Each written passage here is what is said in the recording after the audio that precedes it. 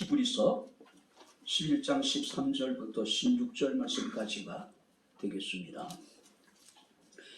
이 사람들은 다 믿음을 따라 죽었으며 약속을 받지 못하였으되 그것들을 멀리서 보고 환영하며 또 땅에서는 외국인과 나그네임을 증언하였으니 그들이 이같이 말하는 것은 자기들이 본향 찾는 자임을 나타냄이라. 그들이 나온 바 본향을 생각하였더라면 돌아갈 기회가 있었으려니와 그들이 이제는 더 나은 본향을 사모하니 곧 하늘에 있는 것이라. 이러므로 하나님이 그들의 하나님이라 일컬음 받으심을 부끄러워하지 아니하시고 그들을 위하여 한 성을 예비하셨느니라. 아멘. 명절에 바쁘고 분주함 속에서도 들뜬 분위기 속에서도 우리의 마음의 중심이 주를 향하게 하시고 살아계신 하나님을 예배할 수 있는 은혜를 베풀어 주심을 감사합니다. 예배 가운데 우리가 주의 말씀을 청종할 때 주께서 우리에게 말씀하실 때에 우리의 마음의 문이 열려지게 하시고 귀가 열려지게 하셔서 성령이 교회들에게 하시는 주의 음성을 듣게 하옵소서. 예배함이 기쁨이 되게 하시고 말씀을 듣고 말씀을 묵상함이 우리의 삶에 큰 기쁨이 되게 하시고 복이 되게 하옵소서. 예수님 이름으로 기도함나이다. 아멘. 할렐루야. 자, 우리 옆에 있는 분들과 인사하겠습니다. 하나님 우리와 함께 하십니다. 인사하겠습니다. 하나님 우리와 함께 하십니다.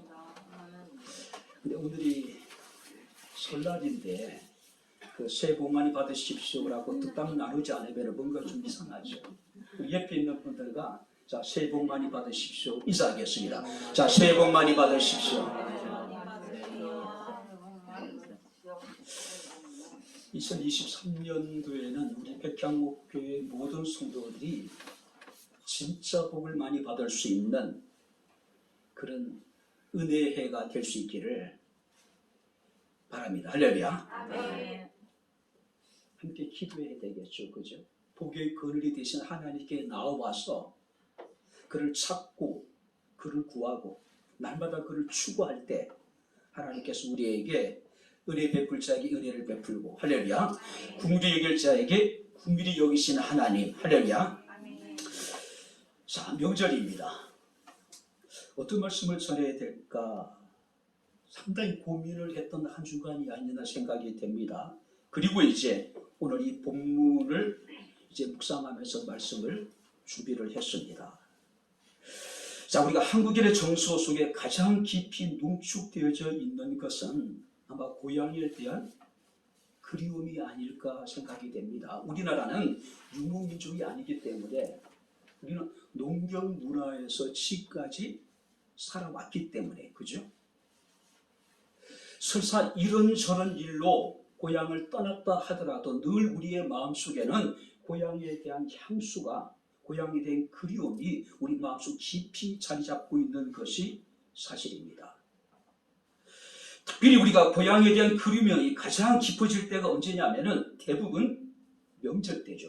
추석 때이거나 설날 때이거나 아니면 사람들이 이제 나이가 들거나 아니 병이 들었을 때에 그래서 기지 생활을 평생을 했지만 그래도 내가 이제 죽어서만큼은 고향 땅에 묻히고 싶은 것이 많은 사람들의 한결같은 바람이었습니다. 물론 시대가 많이 바뀌긴 했지만요. 자, 그래서 그런지 우리나라 유행가에는요 고향에 대한 그리움을 노래한 노래들이 특별히 많죠. 지금은 사랑을 노래하지만은 예전에 우리가 어렵고 힘들 때는 대부분 노래의 주제가 뭐냐면은 고향에 대한 그리움을 노래를 했죠.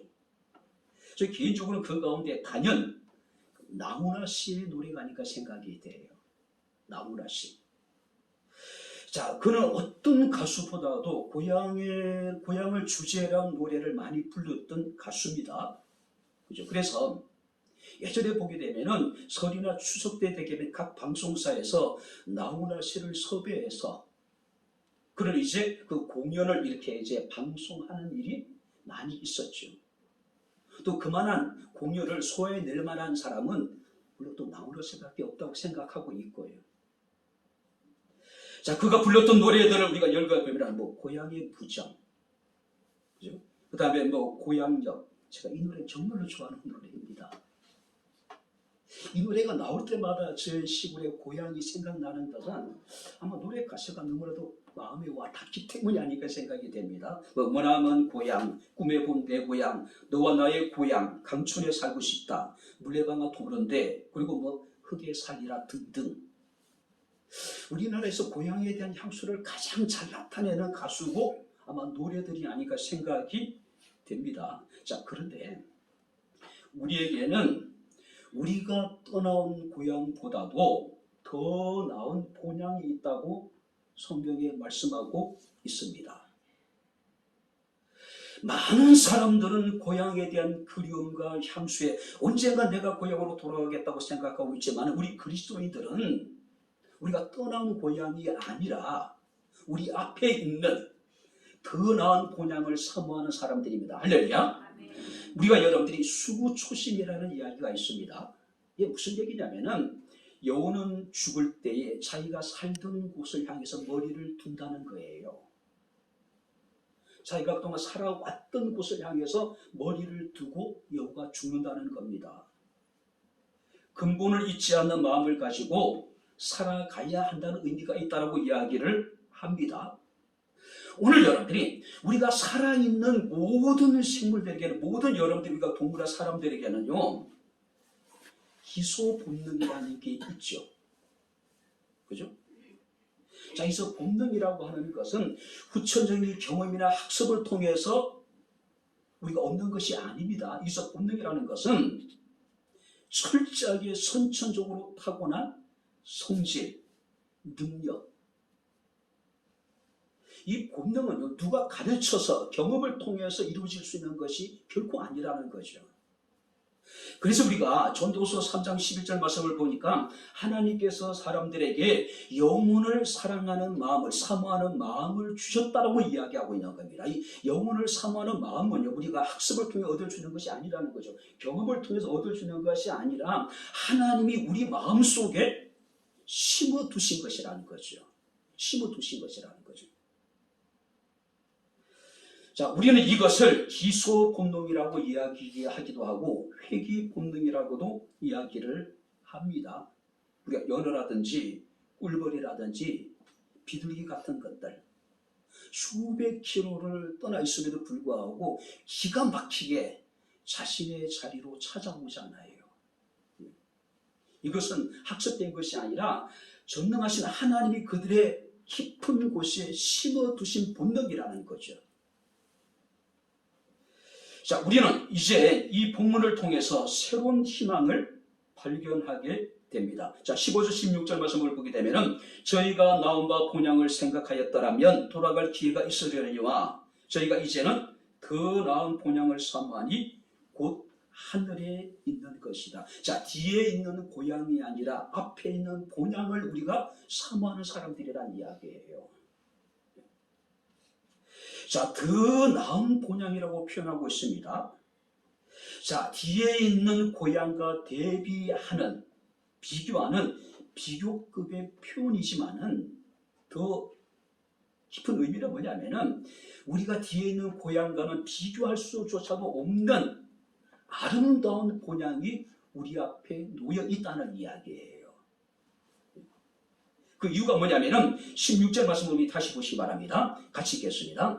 그들이 이제는 더 나은 본향을 사모하니 곧 하늘에 있는 것이라.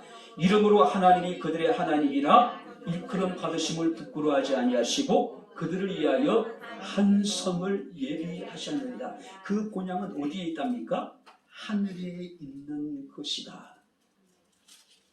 하늘이 상징하는 곳은 높은 곳이고 고상한 곳이고 거룩한 곳이고 하나님의 처소가 있는 곳. 고향을 떠날 때 보게 되면은 우리가 좀 더 나은 삶을 위해서 고향을 떠나는 사람도 있죠. 반면에 어떤 사람들은 고향에서 정말로 어렵고 힘든 일을 만나서 또 상처를 받고 고향을 어쩔 수 없이 떠나는 사람도 있단 말이죠. 그런데 우리 앞에 있는 우리가 사모하게 되는 그 본향은 어떤 곳이냐면은 하늘에 있는 것이랍니다. 할렐루야. 하나님이 계신 곳이라는 거죠. 그래서 사도 바울은 빌립보서 3장 20절에 우리의 시민권은 하늘에 있다라고 이야기를 합니다. 중요한 것은요, 이미 있다라고 하는 사실이에요. 우리의 시민권은 하늘에 있다라고 이야기하는데 장차 우리가 이 땅에서 바르게 선한 삶을 살아가다 보면 얻게 되는 것이 아니라 이미 우리에게 주어진 시민권이라고 하는 거예요. 자, 여기서 있다라고 하는 의미는요, 이미 존재하여 밖으로 드러나 있는 것. 사랑하는 성도 여러분들, 우리는 대한민국의 시민권을 가지고 있는 사람들입니다. 할렐루야. 반면에 우리는 하늘의 시민권을 가지고 있는, 어쩌면 우리는 이중 국적자예요. 이중 국적자. 뿐만 아니라 여러분들이 그 더난 본향은 어떤 것이냐면 16절 말씀 보니까 하나님께서 친히 예비하신 곳이다. 하나님이 예비하신 곳이다. 마태복음 25장 34절 말씀을 보게 되면 창세로부터 너희를 위하여 예비한 나라를 상속하라.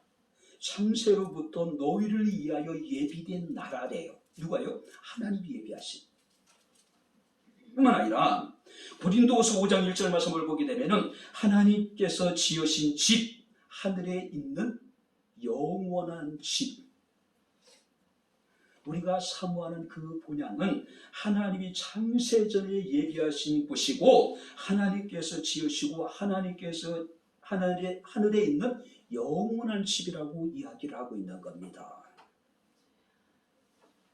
비록 돌아갈 고향은 없을 수도 있죠. 실향민들을 보게 되면, 그죠?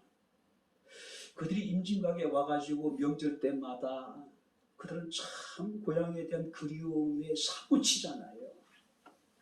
그죠? 눈앞에 두고 고향 가지 못하는 그들의 절박한 심정, 그 안타까운 마음, 말로 여러분 표현할 수 없잖아요.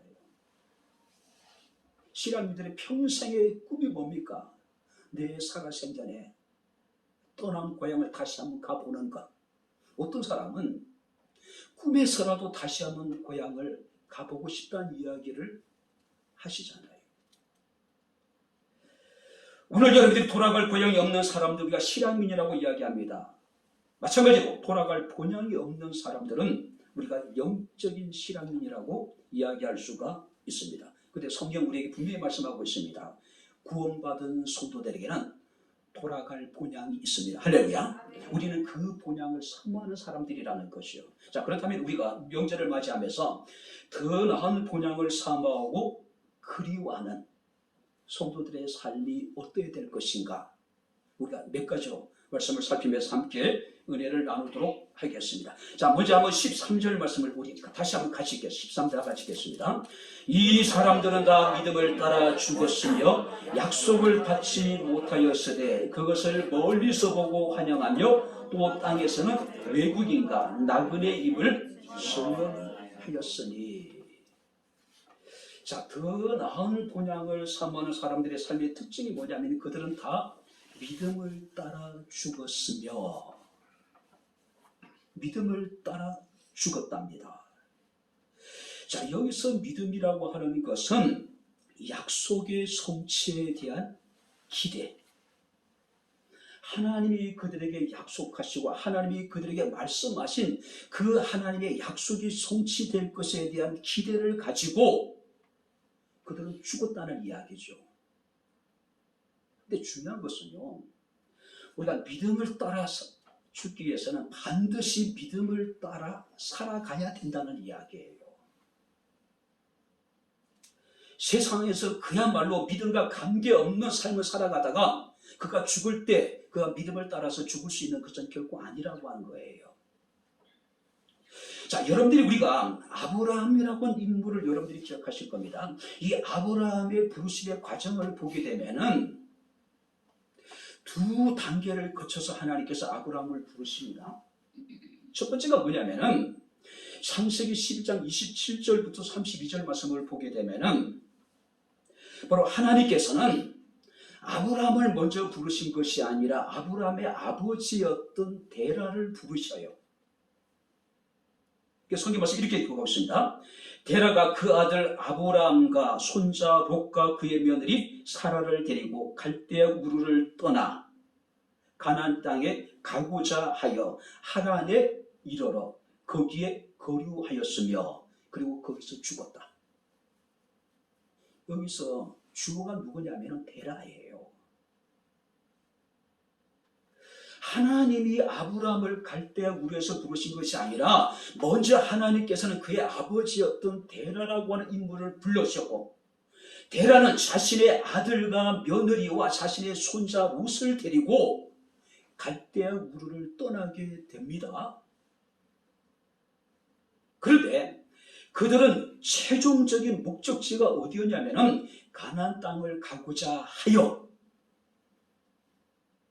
그런데 이 데라가 갈대아 우르와 가나안 땅의 중간 정도에 위치하고 있는 말이라고 하는 지역에서 좌회전을 해야 돼요. 그런데 이 데라가 마리를 지나서 계속해서 위쪽으로 올라갑니다. 어디까지 가겠냐면은 하란이라는 지역에까지 오르게 돼요.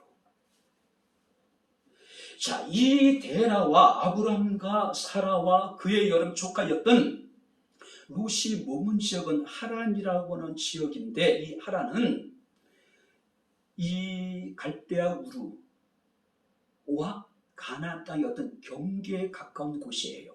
국경 지역단 말이에요. 근데 이 데라가요, 하란에서 쉽게 떠나지 못하는 겁니다. 왜요? 과거에 우리의 부모님들은 고향을 떠나면 큰일 나는 줄 알았잖아요. 고향을 떠났다가도 언젠간 다시 고향으로 돌아오고자 하는 그런 마음이 굉장히 강했잖아요. 그런데 이 데라 입장에서는 아들과 며느리를 데리고 손자를 데리고 하란까지 가긴 갔는데 그 국경을 쉽게 넘어서지 못하는 거예요. 그리고 그곳에서 죽어요. 하나님이 데라와 그 가족을 부르신 것은 뭐냐면은 그들로 하여금 가나안 땅에 들어가게 하시기 위한 목적이었습니다. 하나님이 그 가정을 통해서 천하 만민이 복을 받게 하기 위한 놀라운 계획을 가지고 그들을 부르셨단 말이에요. 근데 데라가 하란에서 머물러 버린 거예요. 그곳에 죽어버렸단 말이에요. 그리고 데라가 죽고 난 이후에 창세기 12장 1절부터 8절 말씀을 보게 되면은 하나님이 아브라함을 다시 부르셔요. 하나님께서 아브라함을 부르시되 너와 너의 고향, 친척, 아비집을 떠나서 내가 너에게 보여줄 땅으로 가라고 이야기해요. 데라를 불렀는데 데라가 중간에 포기해버렸단 말이에요. 그리고 데라가 죽고 나온 다음에 하나님께서 아브라함을 부르셨어요. 이런 의미가 아닐까요? 야, 너라도 빨리 일어나. 내가 너의 아버지 데라를 통해서 천하 만민이 복을 받게 하기 위해서 불러냈는데 이 데라가 하란에 머물러서 그곳에서 그냥 죽어버렸단 말이에요. 자, 하나님의 심정이 어땠을까요? 야, 빨리 하란을 떠나서 가나안 땅으로 내려가라고 하나님께서 아마 재촉을 하셨을 거란 말이에요. 근데 데라 입장에서는 자기 고국을 떠난다는 게 쉬운 일이 아니잖아요. 이건 자신의 정체성을 포기하는 것이고 자신의 모든 것을 다 포기하는 행위였단 말이에요. 데라가 죽고 난 다음에 하나님께서 아브라함에게 이르시기를 너의 고향과 친척과 아비집을 떠나서 내가 너에게 보여줄 땅으로 가라. 그랬더니 히브리서 11장 8절 말씀을 보게 되면은 믿음으로 아브라함은 부르심을 받았을 때에 장래 유업으로 받을 땅에 나아갈새 갈 바를 알지 못하고 나아갔으며, 한번 따라 보시기 바랍니다. 믿음으로 아브라함이 드디어 하란을 떠나요. 중요한 것은 갈 바를 알지 못했지만은 믿음으로 떠났다는 이야기예요. 제가 여러분들이 설교자의 상상력을 발휘해서 어쩌면은 우리는 믿음의 조상 아브라함이라고 이야기하는데 어쩌면은 데라가 믿음의 조상이 될 수 있는 기회가 있었지 않았을까? 왜? 하나님이 데라를 부르셨고 그 데라와 그 아들 아브람과 그의 며느리 사라와 또 그의 조카였던 롯을 하나님께서 함께 부르셨단 말이죠. 그때 데라는 믿음의 조상이 될 뻔했지만은 결국 그는 하란에서 죽었어요. 여러분들이 가장 불행한 것이 뭐냐면은 무엇이 될 뻔했다가 그것이 되지 못한 사람. 사도행전에 보게 되면은 벨릭스 총독이 나옵니다. 아그리빠 왕이라는 인물이 등장을 해요. 이들은 누구냐면은 사도 바울을 신문했던 사람들이에요. 그들의 특징이 뭔지 아십니까? 바울의 복음을 통해서 그리스도인이 될 뻔했다가 그 되지 못한 사람들이에요. 그죠? 자, 이 데라라고 하는 인물은 믿음의 조상이 될 뻔했을 수도 있을 것 같아요. 제가 설교자의 상상력을 발휘해 봤을 때, 근데 그는 하란에서 발목이 잡혀버린 거죠.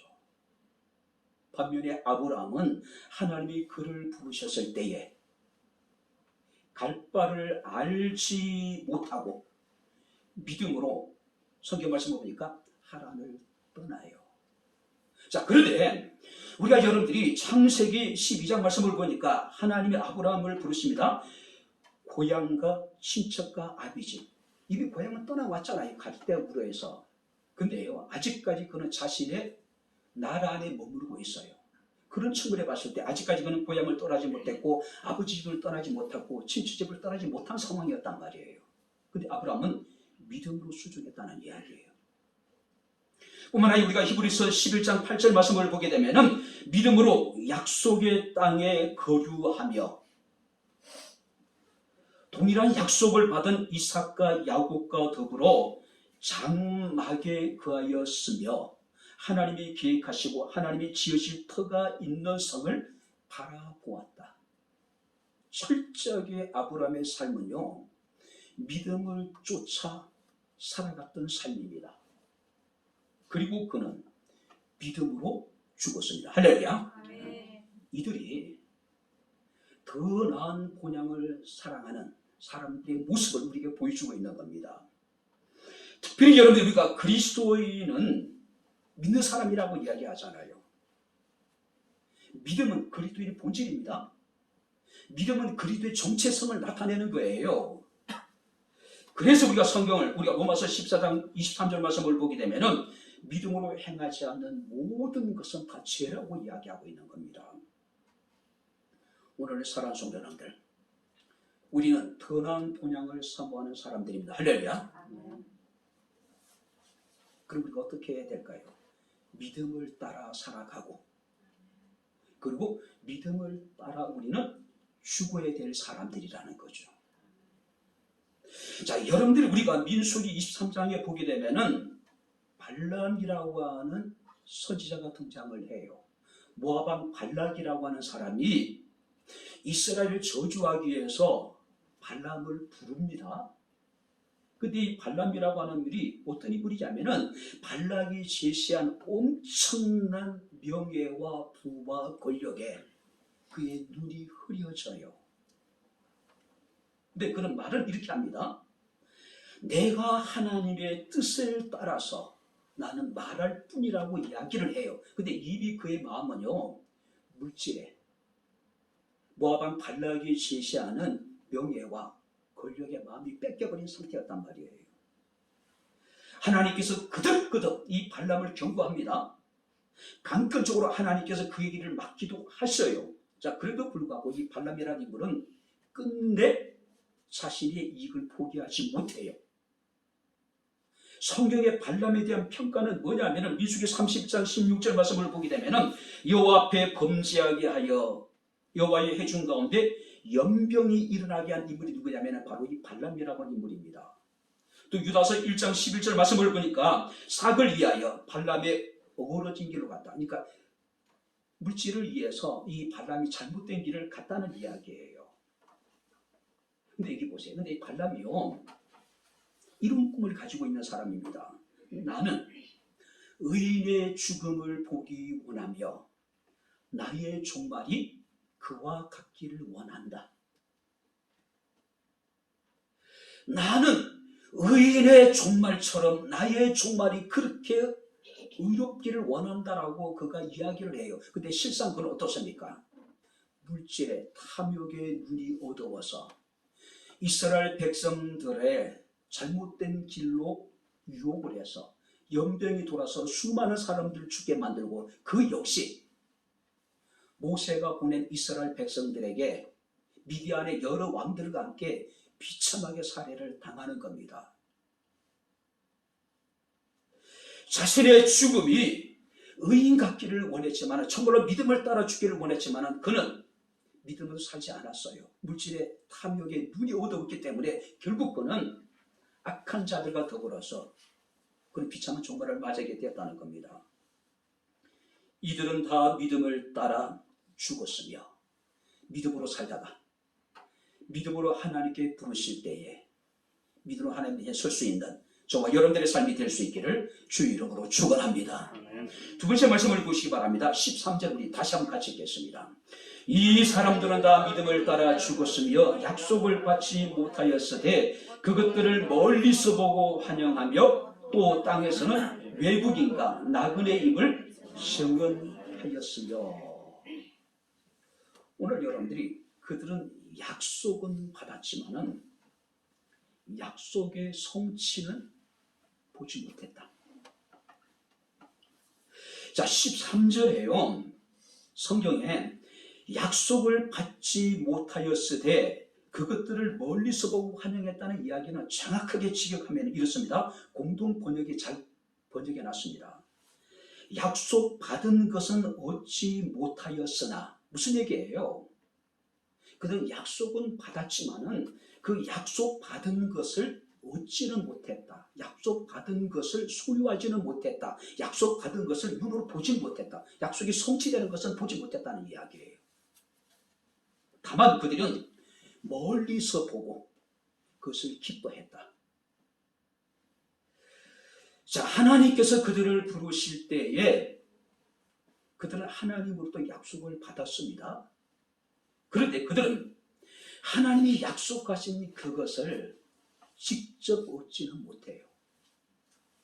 하나님이 그들에게 약속하신 그것을 직접 보지는 못했다는 거죠. 장차 그 약속이 이루어질 것을 멀리서 보고 그것을 기뻐했다는 이야기예요. 우리가 여러분들이 창세기 20장 17절 18절 말씀을 보게 되면 하나님이 아브라함을 부르십니다. 내 후손이 하늘의 별처럼 바닷가의 모래와 같이 많아지게 될 것이다. 내 씨로 말미암아 천한 만민이 복을 받을 것이다. 그런데 아브라함은 실제적으로 그의 후손이 하늘의 별처럼 바다의 모래처럼 많아지는 것을 보지 못했어요. 그 약속이 이루어질 것을 아브라함 멀리서 지켜보고 그것을 기뻐했을 뿐이에요. 그리고 하나님께서는 그 약속하신 것을 이루셨고, 내 씨로 말미암아 천한 만민이 복을 받을 것이라고 이야기합니다. 아브라함의 자손이었던 예수 그리스도를 통해서 천한 만민이 복을 받게 될 것을 아브라함은 못 봤잖아요. 근데 하나님 그 약속을 이루셨단 말이에요. 아브라함은 멀리서 그것을 보고 기뻐했을 뿐이라는 거죠. 많은 사람들은 눈에 앞에 펼쳐진 것만을 보고 그리고 이제 미래의 희망을 찾습니다. 그런데 아브라함은 그렇지 않았다는 이야기죠. 눈앞에서 전혀 그것이 이루어질 가능성이 희박했죠. 75세에 하나님께서 아브라함이 부름을 받았음에도 불구하고 그가 100세가 다 되도록 그는 사라의 몸에서 아이를 얻지 못했잖아요. 그리고 100세가 되었을 때에 그는 드디어 사라의 몸에서 아들을 하나 얻게 되는데 그가 이삭이잖아요. 이삭은 아들을 낳습니다. 에서를 낳고 야곱을 낳습니다. 근데 아브라함은요, 그 야곱의 아들들을 보지 못하게 되죠. 그죠? 야곱이 12명의 아들을 낳게 되고 그 12명의 아들이 나중에는 60만 명의 장전을 이루게 되고 그들이 수백만의 민족이 되고 또 그들의 후손을 통해서 천한 만민이 복을 받게 되는 것을 아브라함은 보지 못해요. 그래서 그들은 약속은 받았으되 그것을 멀리서 보고 환영했다, 기뻐했다. 히브리서 11장 1절에 우리에게 이야기를 합니다. 믿음은 바라는 것들의 실상이요 보이지 않는 것들의 증거다. 자, 공동번역에 이렇게 번역해 놨습니다. 믿음은 우리가 바라는 것들을 보증해 주고, 믿음은 우리가 볼 수 없는 것들을 확증해 준다. 아브라함은 믿음의 사람이었습니다. 하나님이 약속하신 그것을 자신의 생존하는 동안에 보지 못했지만은 하나님이 약속하신 그것을 믿음으로 그는 보증을 받았고, 믿음으로 그가 볼 수 없던 그것을 그는 확증을 했다는 이야기예요. 오늘 사랑하는 성도 여러분들, 더 나은 본향을 사모하는 사람들은 어떤 사람들입니까? 우리는 천국을 지금 보지 못했습니다. 그죠? 천국이 어떤 곳인지 우리는 직접 가보기 전에는 많은 사람들이 천국은 이런 곳이라고 이야기하지만은 다 희미한 것뿐이에요. 그러나 우리가 이 세상을 떠나게 되고 우리 육신의 장막에 무너지게 되면은 우리가 손으로 짓지 않는 하나님이 우리를 예비하신 영원한 장막, 더 나은 본향을 들어가게 될 것이고, 그날은 우리가 환하게 우리는 그 천국을, 하나님의 나라를 보게 될 것이라는 이야기예요. 우리가 구약시대에 살았던 사람들의 공통된 특징이 있습니다. 그들은 하나같이 하나님의 약속을 받았지만은 그 하나님의 약속에 실제를 누리거나 하나님의 약속을 경험하거나 그것을 맛보지는 못했다는 거죠. 하나같이 그들은 장차 이루어질 그 약속을 멀리서 보고 그들이 기뻐하고 환영했을 뿐이라는 거죠. 우리가 구약은 오실 그리스도를 기록한 책이라고 얘기하죠. 그들은 오실 예수들을 바라보면서 믿었다는 이야기예요. 신약은 뭡니까? 오신 예수 그리스도를 믿는 게 우리의 믿음이잖아요. 자, 오늘날의 우리의 믿음은 뭡니까? 다시 오실 예수 그리스도를 믿는 믿음. 할렐루야. 우리는 지금은 그를 볼 수 없지만은 분명히 때가 이르게 되면은 다시 오실 예수 그리스도를 반드시 보게 될 것이라는 이야기예요. 우리는 멀리서 그것을 기뻐하고 우리는 환영하는 겁니다. 우리는 약속은 받았지만은 약속은 실제적으로 소유하지 못했고, 약속을 누리지 못했고, 약속을 경험하지 못했지만은 그들은 멀리서 보고 기뻐하고 즐거워했다, 환영했다. 이것이 더 나은 본향을 사모하는 사람들의 모습이라는 거죠. 천국이 있습니다. 할렐루야. 아무리 사람들이 그것을 부정하고 인정하지 않는다 하더라도 천국은 분명히 존재한다라고 하는 사실이에요. 마지막으로 세 번째, 여러분들이 더 나은 본향을 사모하는 사람들의 모습입니다. 13절을 우리 다시 한번 같이 읽겠습니다. 이 사람들은 다 믿음을 따라 죽었으며 약속을 받지 못하였으되 그것들을 멀리서 보고 환영하며 또 땅에서는 외국인과 나그네임을 증언하였으니, 더 나은 본향을 바라보았기 때문에 그들은 이 땅에 사는 동안에 철저하게 외국인처럼 나그네처럼 살아갔다는 사실이에요. 외국인은 우리나라 국적이 없는 사람들이죠. 그들은 임시로 머무는 사람들. 외국인의 뜻이 뭐냐면 낯선 사람들이에요. 낯선 사람들. 우리나라에는 그 최근에 낯선 사람들이 참 많이 있죠. 그들은 철저하게 이 땅에서의 삶을, 대한민국의 삶을 그들은 나그네와 같은 심정으로 살아가지 않아요.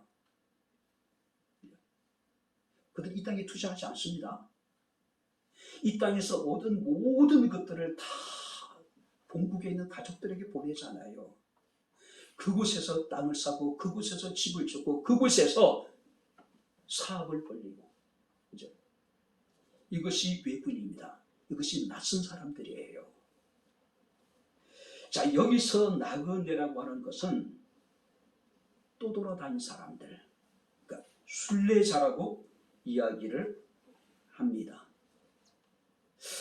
여러분들이 하숙생이라고 하는 노래, 우리 청년은 전혀 모를 것이고, 서울대 법대 출신이었던 최희준이라고 하는 가수가 불렀던 하숙생. 서울대 법대 출신의 가수가 생겼다는 그 당시는 굉장히 충격이었잖아요. 근데 그분의 이제 노래를 보게 되면 가사가 이렇습니다. 인생은 나그네 길, 어디서 왔다가 어디로 가는가. 구름이 흘러가듯 떠돌다 가는 길에 정일랑 두지 말라. 미련일랑 두지 말자. 이 세상은요, 구름처럼 흘러가듯 떠돌아가는 여러분 나그네의 삶이라는 거죠. 더 이상 세상에 정일랑 두지 말고 미련일랑 두지 말자고 이야기하는 겁니다. 자, 성경 말씀을 보게 되면은 바로 이 믿음의 사람들의 삶의 특징이 바로 그런 삶이었습니다. 그들은 세상에 정을 두지 않은 사람이에요. 세상에 미련을 두지 않았던 사람이라는 거죠. 자, 동일한 유업을, 동일한 약속을 받은 이삭과 야곱과 더불어서 아브라함은 장막에 거했대요. 장막. 장막은 뭡니까? 천막이에요. 언제든지 펼칠 수 있는 것이고 언제든지 거둘 수 있는 곳이 장막이란 말이에요. 왜요? 아브라함은 그곳이 자신이 영원히 갈 곳이 아니라는 것을 알았기 때문에 그래요. 이삭이 그랬고 야곱이 그랬단 말이에요. 돈이 없었을까요? 아닙니다. 하나님이 아브라함을 복을 주셔서 아브라함은 거부가 됐습니다. 이삭은 농사를 짓되 100배의 교체를 맺었단 말이죠. 야곱은 빈손으로 아버지 집을 떠났지만 그가 다시 20년 만에 돌아올 때는 거부가 되었다. 거부가 되었단 말이에요. 실제로 그들은 장막 생활을 포기하지 않는 겁니다. 왜? 나그네임을 알았기 때문에. 자신이 살고 있는 이곳은 영원한 자신들의 나라가 아님을 알았기 때문에 그렇다는 사실이에요. 바로 우리가 이 정체성을 잃어버리게 될 때 문제가 생기는 거예요. 언젠가 떠나야 되는데 우리는 하나님의 나라에 투자를 해야 되는 사람들이고 하나님의 선한 일에 우리가 부유한 사람이 되어야 되는데 우리는 이 세상에 정을 두고 이 세상에 미련을 두고 살아가는 거예요. 왜 그럴까요? 그리스도의 정체성을 망각해버렸기 때문에, 잃어버렸기 때문에 그래요. 현대의 사상계에 가장 크다란 영향을 미친 인물 하면은 실존주의 철학자였던 사르트르라고 하는 인물이 있습니다. 사르트르. 그는 철저한 무신론주의자예요. 사르트르가 가장 외쳤던 것이 뭐냐면은 자유예요. 자유. 자, 수많은 글들을 통해서 전 세계 많은 사람들에게 영향력을 미친 인물입니다. 자, 근데 저도 그래서 이제 이 인물을 한번 검색해 봤습니다. 자, 그는 신이란 무엇인가에 대해 이런 얘기합니다. 우리 자유를 구속하는 일체의 모든 것. 자, 사르트르라고 하는 인물은 신에 대해서 정의를 하기를 우리의 자유를 구속하는 모든 것이 신이라는 거죠. 그러니까 하나님이 우리의 자유를 구속하는 거추장스러운 존재라는 거예요. 관념이나 법이나 종교나 관습 이 모든 것이 인간의 자유를 구속하는 신이라는 거죠. 그러니까 잘못된 것들이라는 거예요. 자, 그러면 그는 인간에 대해서는 이렇게 정의합니다. 인간은 신이 만든 존재가 아니라 이 세상에 내던져진 존재. 다시 말해서 인간은 피투성이의 존재라는 거예요. 아니, 성경은 하나님의 형상대로 지음을 받은 우리는 소중한 존재라고 이야기하는데 이 사르트르라고 하는 인물은 인간은 신이 만든 존재가 아니라 이 세상에 내던져진 존재, 그 피투성의 존재라고 정의를 하고 있는 거예요. 자, 그렇기 때문에 인간은 아무것도 아니기 때문에 자유롭다. 신에게 구속당할 이유가 없다는 거죠. 왜? 어차피 세상에 내에 던져진 존재고 피투성의 존재다. 그런 신에 우리가 더 이상 얽매일 필요가 없다는 이야기예요. 그래서 그는 이런 이야기입니다. 인간은 지금의 한계상을 극복하고 돌진할 수 있는 자유를 가지고 있다. 지 마음대로 할 수 있는 자유를 가지고 있다는 거예요. 근데 그가 병이 들었어요. 폐수종, 폐물이 차는 고인은 병이 들었습니다. 그는 한 달 동안 병원에 입원해 있는 동안에 그 미쳐요. 미칩니다. 괴성을 지르고 절규를 합니다. 죽음에 대한 두려움과 공포 때문에 자기 아내에게 내가 지금 무슨 병이 들었는지도 묻지 못해. 혹시 내가 죽을 병이 아닐까 싶어가지고. 그는 병원에 입원하지 한 달 만에 결국은 엄청난 고통과 두려움 속에서 죽어버려요. 그가 평생에 죽음으로부터의 자유를 외치고 죽음으로부터의 자유라는 글을 통해서 많은 사람들에게 영향을 미쳤는데 정작 그는 죽음 앞에서 무기력한 모습을 보이는 겁니다. 죽음 앞에서 두려움과 공포에 떨다가 비참하게 죽어버린 거예요. 사르트르가 죽고 난 다음에 프랑스 사람들이 그 죽음에 대한 의문을 제기했어요. 아니, 그렇게 자유를 이야기하고 죽음으로부터 자유를 외쳤던 그가 어떻게 그렇게 비참하게 죽을 수 있느냐? 이런저런 이야기들이 막 나오기 시작합니다. 그때 신문의 한 독자가 투고를 했습니다. 이런 얘기를 합니다. 사르트르의 말로가 그렇게 비참했던 이유는 사르트르에게는 돌아갈 고향이 없었기 때문이다. 돌아갈 고향이 없었어요. 그가 갈 곳은 더 나은 본향이 아니라 어디였을까요? 지옥이었겠죠. 지옥이었겠죠. 돌아갈 고향이 없었기 때문에 그는 그렇게 자유를 외치고 죽음으로부터의 자유를 외쳤지만은 죽음 앞에서 무기력하게 두려움과 공포에 떨다가 비참하게 죽었다는 거죠. 우리에게는 돌아갈 본향이 있습니다. 할렐루야. 돌아갈 고향이 있는 사람들이에요. 사도행전 빌립보서 3장 20절에 우리의 시민권은 하늘에 있다라고 말씀하고 있습니다. 우리는 돌아갈 더 나은 본향이 있어요. 우리가 그리워하고 동경하는 우리의 고향보다도 뒤에 있는 고향보다도 훨씬 더 비교할 수만 없을 만큼 아름다운 여러분들이 더 나은 본향이 있다는 사실이에요. 요한계시록 21장에 보니까 그곳은 바다가 없는 곳이래요. 바다가 상징하는 건 뭐냐면 이별입니다. 신부가 신랑을 위하여 단장한 곳처럼 아름다운 곳이고 하나님이 계셔서 친히 모든 성도들의 눈에서 눈물을 닦아주시는 곳이고 사망이나 애통이나 꼭하는 곳이나 아픈 곳이 없는 곳이 바로 하나님의 나라, 우리가 사모하게 될 더 나은 본향이라는 사실이에요. 이제 말씀을 마치도록 하겠습니다. 전도서 3장 11절 말씀을 보게 되면은 하나님은 이 모든 것을 아름답게 지으시되 때를 따라 아름답게 하셨고 한번 따라해 보시기 바랍니다. 사람들에게는 영원을 사모하는 마음을 주셨느니라. 영원을 사모하는 마음을 주셨대요. 자, 여기서 영원이라는 게 뭘 말합니까? 더 나은 본향, 하나님이 계시는 바로 하나님의 나라를 이야기하고 있는 겁니다. 고향, 저 마찬가지입니다.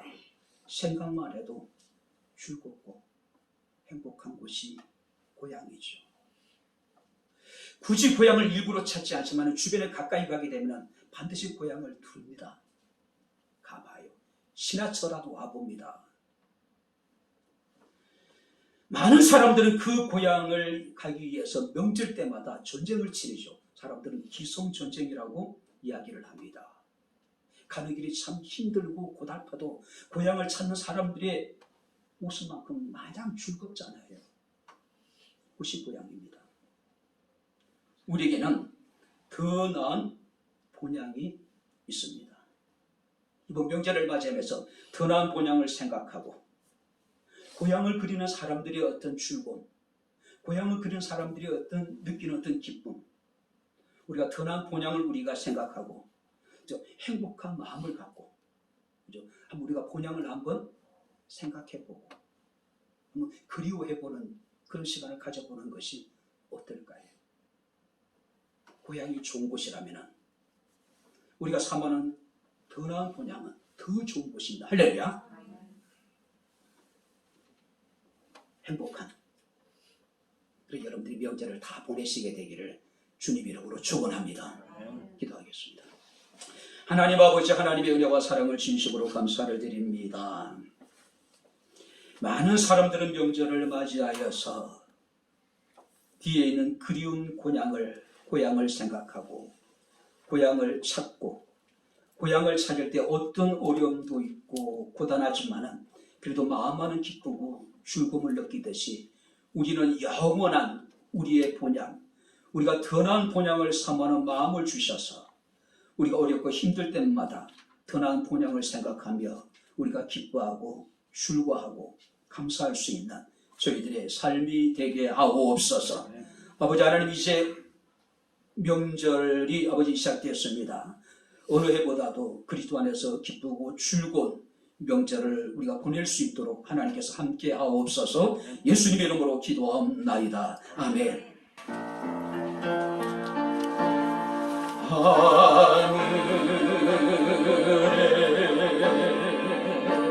하늘에 계신 아버지, 이름 거룩하사 주님 나라 임하시고 드시구원시다.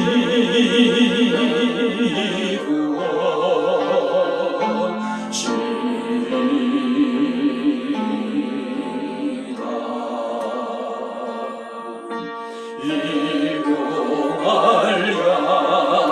양식 주시고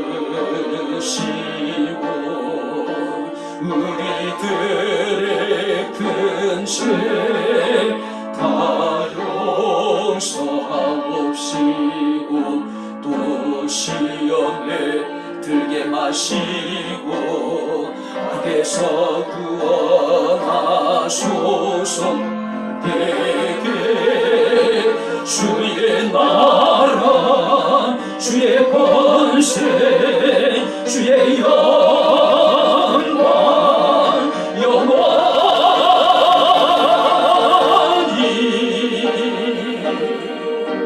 아멘.